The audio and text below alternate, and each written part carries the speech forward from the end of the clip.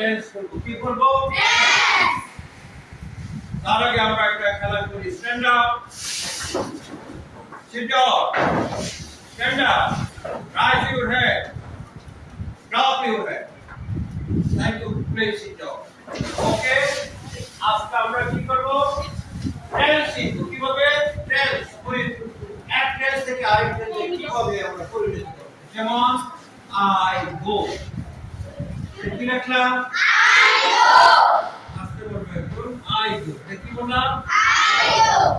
এটা কোন টেন্স? এটা কিভাবে চিনলাম?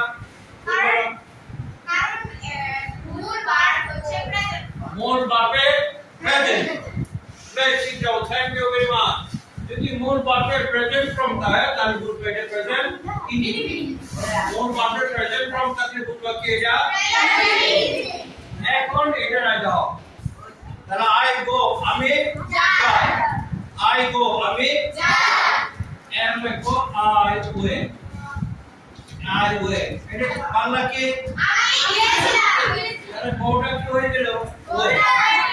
তাহলে নাম হয়ে গেল পাস্ট লিভ। শুধু ভার্বের চেঞ্জ হইল। কেটে ভার্বের চেঞ্জ হইলে অন্য টেন্স হয়ে গেল। সাবজেক্ট ঠিক আছে। তাহলে আই ওয়েন্ট আমি গিয়েছিলাম।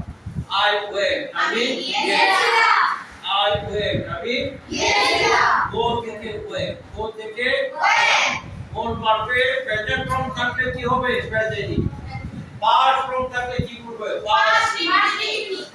এখন যদি বলো আমি যাব, আমি উইল গো, তাহলে কি হবে? I will go. I will go. আমি যাব। তাহলে যাবর কোনো ইংরেজি নাই। বলো যাবর কোনো ইংরেজি নাই। এই কারণে কি বলছে? উইল। এই কারণে হয়েছে কি? উইল।